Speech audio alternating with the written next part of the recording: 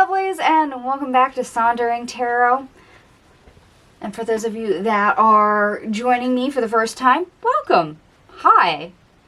So apologies to those that are familiar with this series. I'm going to go ahead and run through what we're doing here today. So for those of you that are new to my deck strength versus weakness series, this is where we feature a deck of the month. And we go through the strength of the deck. I will also give you other decks that have the same strength, the weakness of the deck, and I will give you hopefully a deck that will make up for the featured deck of the month's weakness. I'll also list what job this particular deck has in my collection. I will also give you another deck that has the same job if I have that in my collection as well.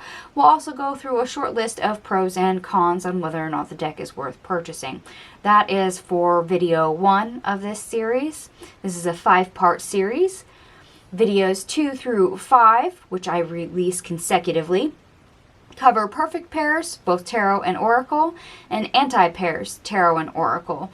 That way you can kind of catalog whether or not something is worth purchasing, keeping, and how to pair it up and utilize it in your collection. Or at least that is the gist of this series. Hopefully it is enlightening and useful to you.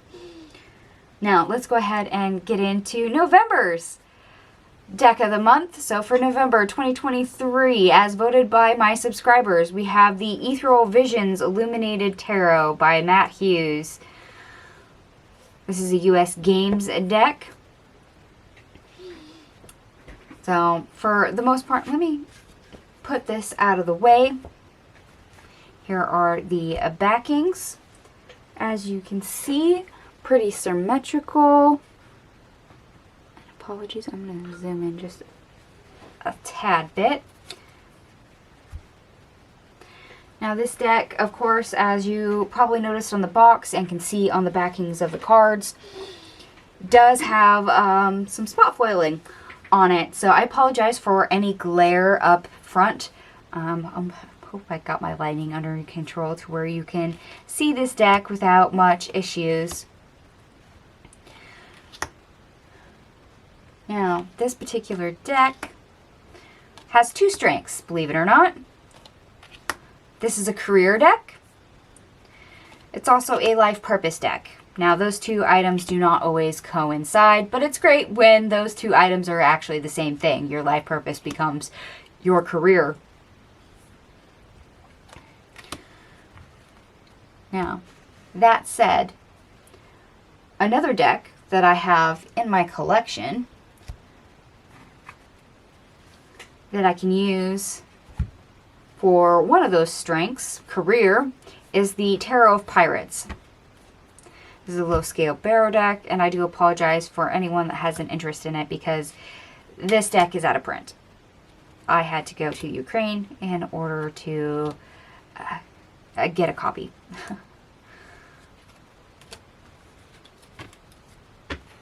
But we're going to keep on moving, and I do apologize for the pace. I don't want to keep you here quite all that long. Another deck that also shares the same strength, life purpose, is the Game of Thrones Tarot. So for those of you that are fans of George R.R. Martin or have watched the HBO show, you're probably familiar with the imagery on this deck. It's actually a good pop culture deck as far as I'm concerned.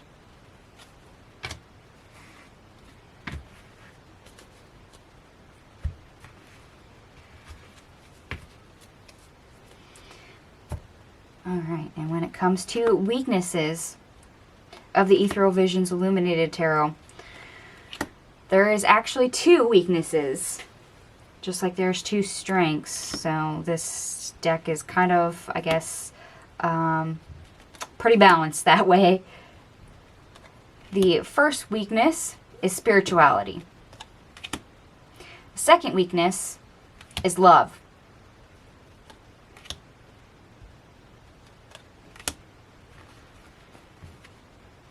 Now, I could give you 2 separate decks.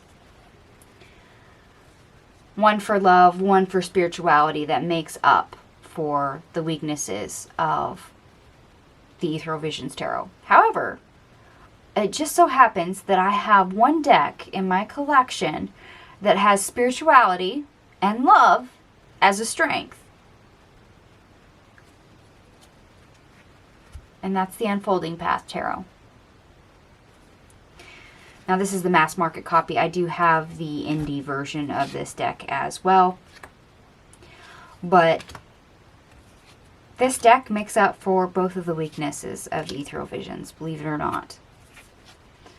I purchased the Unfolding Path Tarot because of the spirituality aspect of it. It's actually my personal spirituality deck, my #1 spiritual deck in my collection. And lo and behold, it has a second strength, and in this case is very useful because it makes up for what the Ethereal Visions lacks.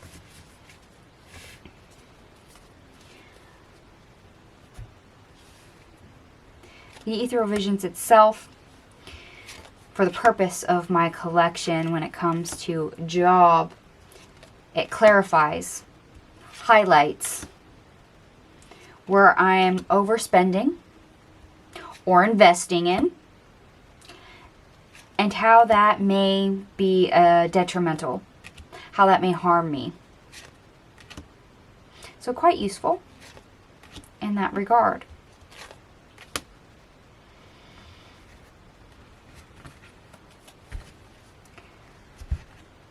Now I do have another deck in my collection that does have this exact same job, and it's newer to my collection. So for those of you that saw my 2023 third quarter video for decks new to my collection, you saw this video, and you saw this deck then in that video. This is the Jim Henson's Dark Crystals Tarot, and yes, it's an Inside Editions. It is a pip deck, so the majors and the court cards are illustrated, and the rest of the deck is not. But believe it or not, yeah, these two decks have the same job. They also have the exact same strengths, so not surprising that they share the same job.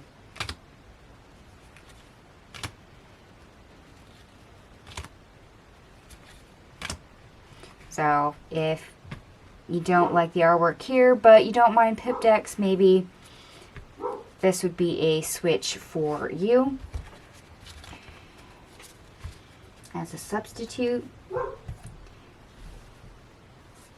Okay, so is the deck worth purchasing? We're gonna slide this over here. Well, this is a 2017 US Games deck. Nice two-piece box. It does have the, the spotted foiling on the box. You don't always get that, especially from a mass market. You get foiling on the cards. There is 2 additional cards to this deck, by the way, just so you know. One is called the Well, the other is called the Artist. Your guidebook is better than Low Scale Barrow. I will give them that. But not a lot of a real estate. The guidebook, I would say, is probably a step up, one step up from a Low Scale Barrow guidebook. So, nice packaging. Points taken away from the guidebook. Of course, the spot foiling. People love it, people hate it. That can be a pro or a con, either one. Just like edging, the deck is not edged, so a pro, a con, it's up to you. Additional cards, there's 2 of them. Some people that is a pro, some of that is a con. I will also let you know that this deck is oversized. Here is the Dark Crystal Tarot, which is a standard size. As you can see, there is quite a bit on the top and a little bit on the side. So this is an oversized deck. So for those of you that have small hands like me, this is a full stretch to get your hands around it. I usually shuffle it like this because I don't riffle shuffle. So, oversized cards, not exactly standard tarot size, and that can be a deal breaker if you're wanting to purchase this deck. Overall, it's a decent deck, easily available, probably worth checking out if you can. But you tell me, is this deck worth it or not? Alright, my lovelies, we've quickly gone through that. I will be posting the Perfect Pairs Tarot Edition video tomorrow. Like I said, the rest of the series comes out consecutively. I also have the poll up for December's Deck of the Month. Please go to my community tab and vote if you would like to have a say on what deck gets featured for the following month. And for those of you that are curious about previous decks I've covered, I have 3 different playlists for that. I have a deck strength versus weakness, which is the very first video, and then I have a perfect pair playlist and an anti-pair playlist, so you can decide which sections of the series that you would like to watch, just to make it easy. Alright, my lovelies, I hope this was enjoyable, informative, and hope to see you again next time. Thank you so much for watching. I'll catch you later. Bye.